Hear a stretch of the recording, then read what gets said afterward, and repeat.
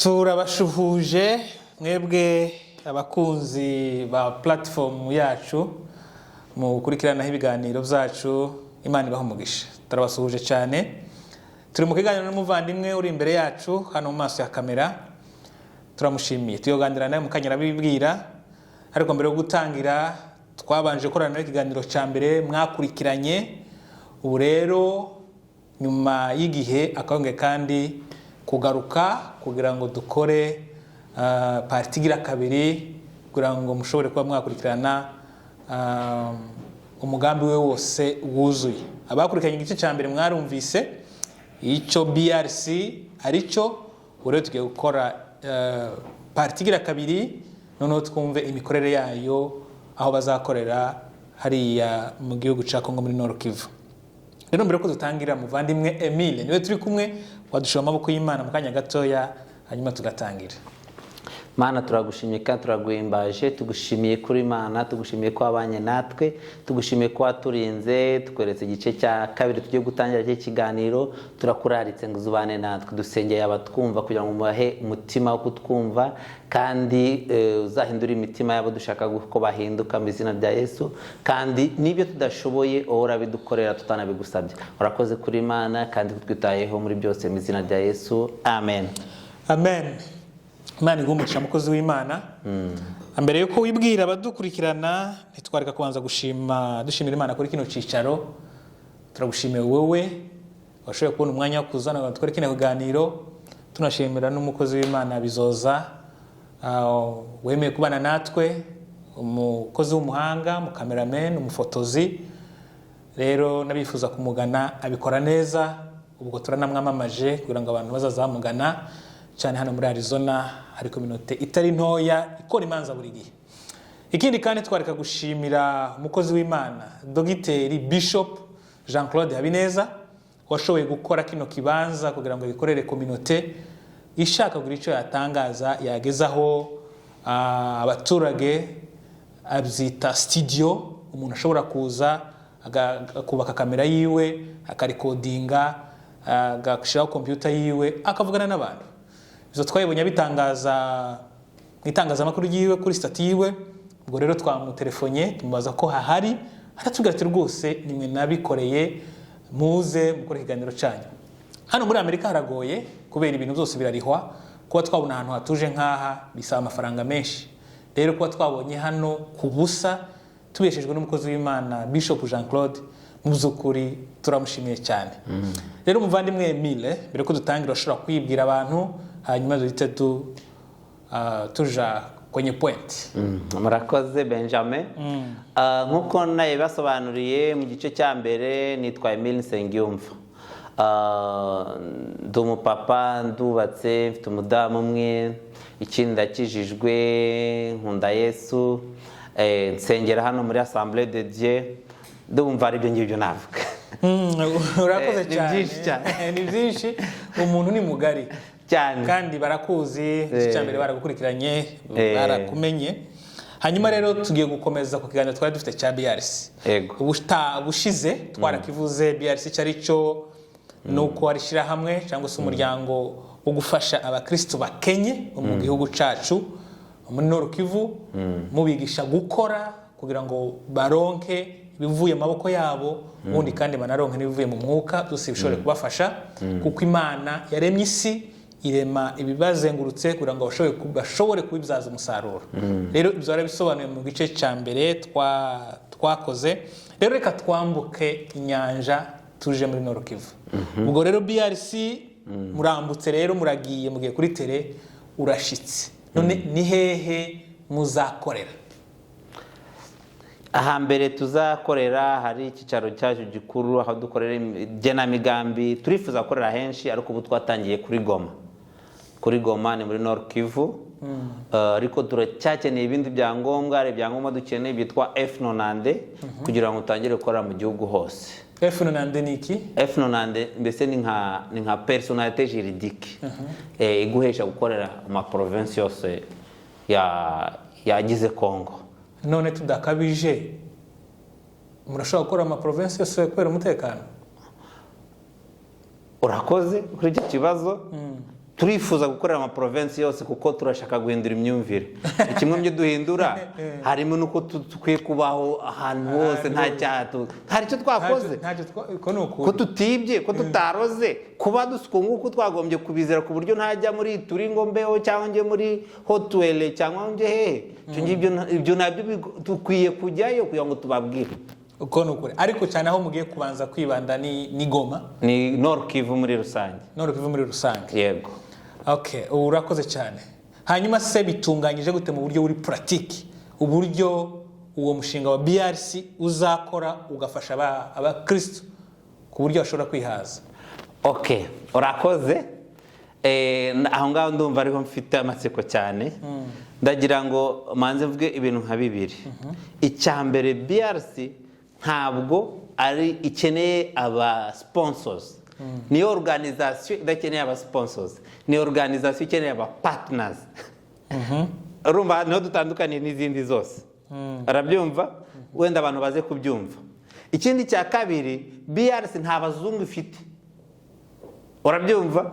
Twebwe turashaka ko Benjamin Bizoza n'abandi ari mwe muhinduka abazungu bacu. Wow. Gute? Urabyumva? Ni mwebwe ikiraro turi kubaka ni igihuza aba bantu bagenzi bacu batuye hano n'abazungu cyangwa n'abirabura ba hano, ariko intego ya mbere nyamukuru nuko natwe nk'abantu Imana yagiriye neza ikatuvana mu buzima bubi, tuva muri ya mindset kumva ko ibyiza bizajya bikorwa n'abanyamerika. N'ubu natwe twabaye abanyamerika n'utangire dukore. Uko nukuri. Urabyumva? Uko duhembwa amafaranga angana dukora muri company zimwe, dukuhembwa amafaranga angana, kubera icyo bafashe twebwe ngo tuzakomeza guhora dutekereza ko tudakwiye gukora. Urugero rufatika naguhereza. Ubu ngubu ndi kuri liste y'abantu bafatira inkunga HCR. Ntanga ngahe 60. Wowe jewe Emile ntera inkunga HCR, kandi nabandi nabahereza kabiri ka $60 bakanyandikira icyandiko kingana gutya cyitwa thank you note. Turagushima ko bikora byose. Tukwiye guhindura mindset, tukava gufasha ba binamu nabo ni byiza, ba mama mudogo ni byiza, abantu bifitanye isano ni byiza, ariko tugahindura n'ikintu tukiga icyo bita anonymous generosity. Gutangira gutekereza ku wundi muntu utazi, ugafasha umuntu utazi, kuko nawe aho wabaga afashwaga n'abandi utaruzi. Okay, none abo banyamerika b'abakongomani, yego, bazobafasha gute mwebwe BRC? Mwumva ko bagomba kubabera aba sponsor banyu? Sponsorship twayanze, twavuze partnership. So turashaka gushiftinga from sponsorship tujye muri partnership. Urabyumva? Niyo difference ya BRC n'andi ma organisation yose. Amafaranga muyabona gute? Icya kabiri kamanze nagendera kuri ipoe. Nuvuga ngo turashaka kubaka ikiraro cy'abantu bari hano n'abasigaye hari mu gihugu, ku buryo uzatanga amafaranga ye atazaba atanze sponsorship, ahubwo ya mafaranga azamugarukira. Wow, kandi akamugarukira n'inyungu. Nibizo dushaka kumva nyine ukuntu nuvuga gute. Naho ngaho rero sasa tugira ngo tugomba urugero ngiye gutanga. Turashaka dufite intego yihuta. Urabyumva? Nuko intambara yaje ikadupreventing ubu ngubu byabaye mess, kuko plan zacu zabaye perturbe. Ubu ngubu umutekano ntawo tugifite, nk'abantu basuku nguko byahindutse icyaha muri Kongo ndetse n'icyaha gihanirwa igihano cy'urupfu. Urabyumva? So ntabwo umutekano tukiwufite, ariko turabizi ko Imana ihari kandi izazana umutekano. Mu byo turi gusengera n'umutekano turi gusenga ngo uze, kandi n'ibishoboka byose byatuma umutekano uza natwe tukabigiramo uruhare. Urabyumva? Ariko uburyo twa twarateguye nuko nguko. Twateguye amaproje ane. Nicyo nshaka kukubwira.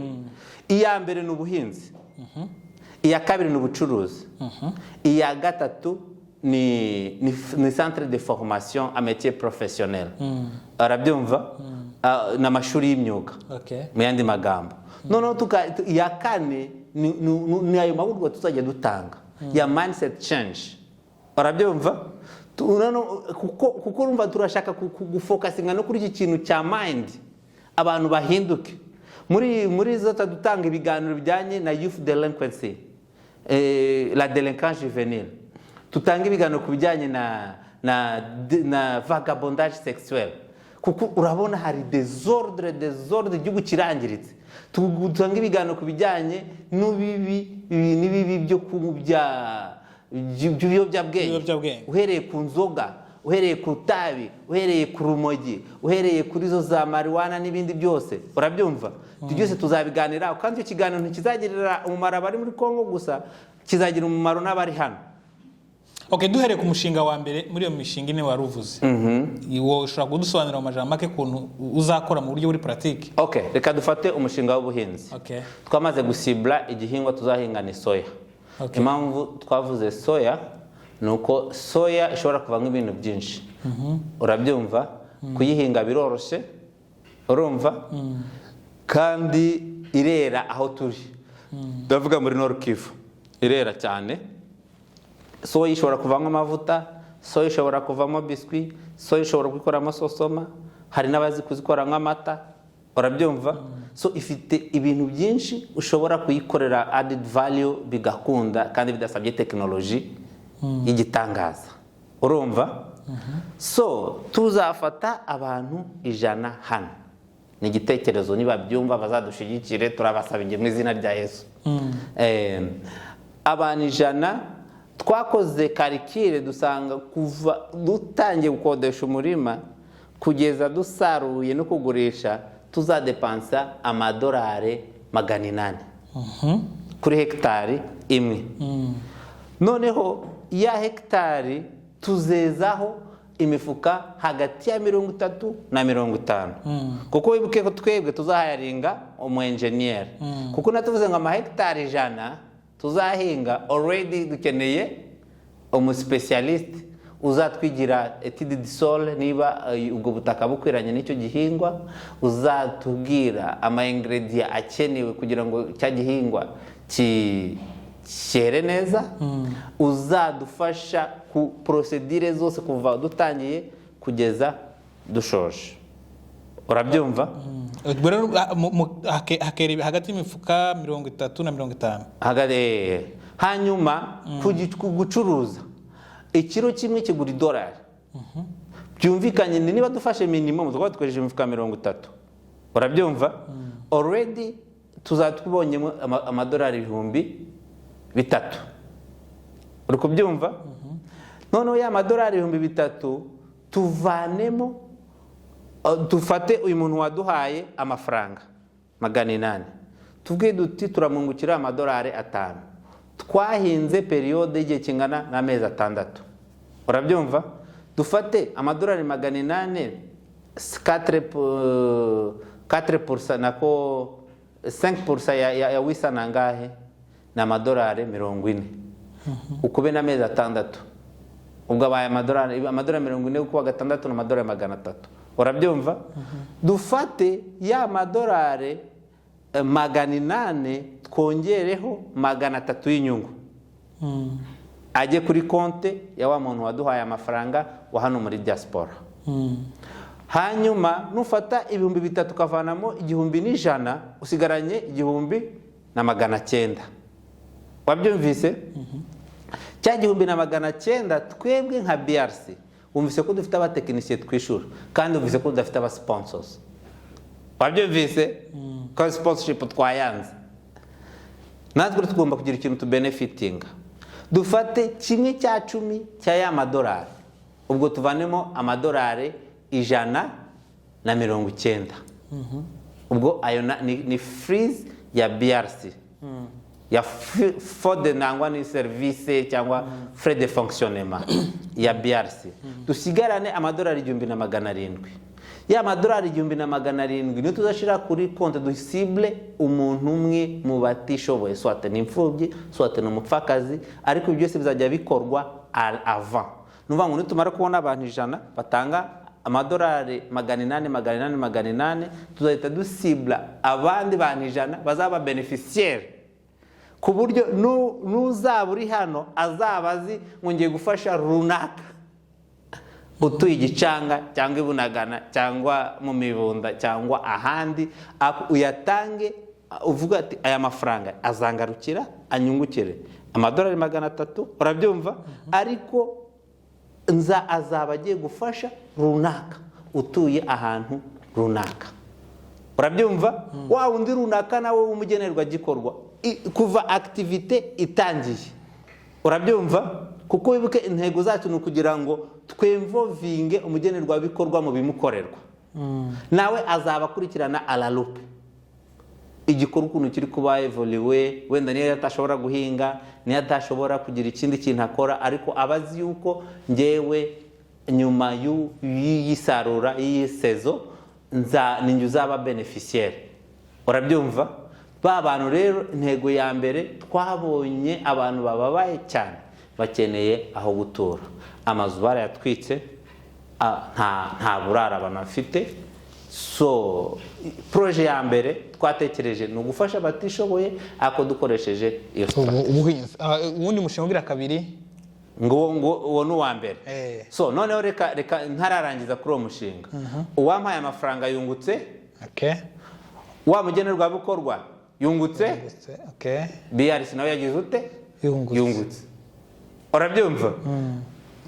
icyo dushaka ni uko uwatanze afasha kandi atafashije. urumva iyo totoloji sinzi niba yumvikana. ni uko wowe ufasha kandi utafashije, kuko ayo $800 ushize muri bank account nyuma y'imyaka 10 uzasangamo wisa. hano muri Amerika niko bimeze, kubera ko igihugu gifite reserve nyinshi ku buryo aho kuyakoresha ni hake, reserve ni nyinshi, bituma rero batunguka. uko yashizeho cyane cyane niwe yashize kuri checking account, niwe yashira kuri saving account, uko yashizeho ni kuyasangaho. kandi iyo njye bikorera kugira ngo abantu bitabire n'ibintu bya marché de bourse, stock market. abanyamerika barabizi ko bashaka kubidevelopa cyane, so nibakomeza gukorera iyi metode traditionnelle bituma badashora imari cyane mu stock market, urabyumva. kandi afite amafo menshi aturuka mu bihugu byose byo ku isi ku buryo bitoroshe. niyo mpamvu rero twebwe abantu batuye hano twabungukira, urabyumva, kandi bagakora igikorwa bafasha. icyo ni igikorwa cya mbere turi gutekereza kandi gishoboka, kandi twagikoreye tide yose ishoboka, tubona ko bishoboka. mu majambo twihuse, undi mushinga ugira kabiri? undi mushinga ugira kabiri ni umushinga wo gucuruza. already wo twaratangiye. dutangira n'udufaranga duke, amadolari 1000. dufata amafamiye 100, urabyumva, tukagenda tukabaha amandazi ya $10. tuno tundazi kuko natwe nta bushobozi dufite, baraba Coca-Cola kadiri ya mudomake, barana abadeplace bari mu maka, nta bushobozi bafite, urabyumva. akagenda akagura utundazi twa $10, akajya gucuruza akavanamo nka $12, urabyumva. ya $12 akagumana 1.5, akatugarurira 0.25, urabyumva, kugira ngo azatwishure ya $10, kuko hano turi muri business partnership. none kugeza igihe ya $10 yacu tuzagira ute? tuzayigarurira. tugize umugisha tukaba nk'abandi baterankunga bafite amafaranga afatika, tukongera wa muntu tukamuvana kuri $10 tukamugeza kuri $100, icyo gihe natwe twatangira kubonamo inyungu. aho kugeza umunota twebwe tubasaba kuzadusubiza kapitale gusa kuko urumva biri basic, arabyumva. urwo ni urugero ruriho, ariko mu maproje turifuza ko umuntu abona $100, urumva. none ufashe $100, ndabizi neza bitewe n'uburyo proje twayiteguye, wajya wunguka amadolari byibuze 10 ku munsi, urabyumva. none ya madolari 10 ku munsi ugasevinga amadolari 300 ku kwezi. ukwezi kwashira twatubwira ati uraduha icya 10, kuko dukeneye kwishura coordinateur ukora ibintu byose, kandi nta sponsor dufite. Vuga ngo nutadufasha ntabwo tuzakomeza gukora, barabyumva.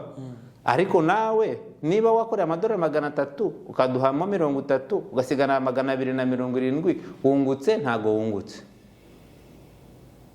wungutse urabyumva so iyo ni frais de fonctionnement ya BRC wa muntu waguhaye $100 ku kwezi ukajya umwishyura amadolari 12 nuvuga ngo urafata $30 ya BRC 12 ya nyiri capital uri kubyumva usigarane à peu près 258 ayo niyo yawe noneho uzamwishyura mu gihe cy'amezi 12 kugira ngo nawe uzayamusubiza hari aka interest kongutseho ariko se umuntu wari uri aho ngaho adafite icyo akora atangiye kubona income ya $250 ari Goma ari umudeplace cyangwa ari ahandi ese ayo mafaranga ni make ntabwo ari make hari abarimo batayageza urabyumva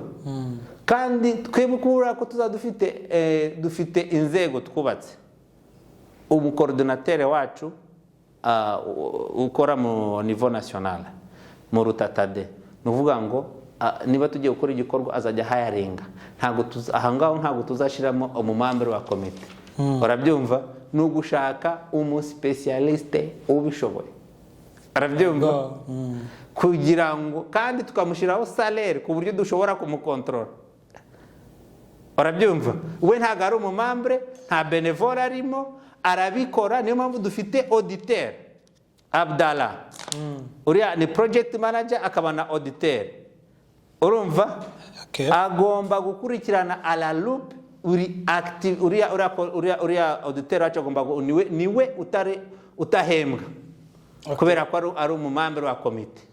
Yes, Emile dusigaranye iminota 9 ariko turashaka mu minota 2 uvuga umushinga ugira wa gatatu ni umushinga twise Centre de formation à métier professionnel. Okay. Tuzubaka ishuri. Ariko impamvu twabushize inyuma nuko usaba kapitale nini. Ntabwo rero twahita tuvuga ngo tuzabikora none cyangwa ejo. Cyangwa tunabikora tuzahera ku bintu biri basic. Dutangiye dukodesha ku buryo tutabizeza kubaka ibigo by'ibitangaza cyane cyane ko dafite aba sponsors. Ariko ni naho noneho dukeneye aba sponsor. Nitwandikira umusponsor ni icyo ngicyo tuzababwira. Barabyumva?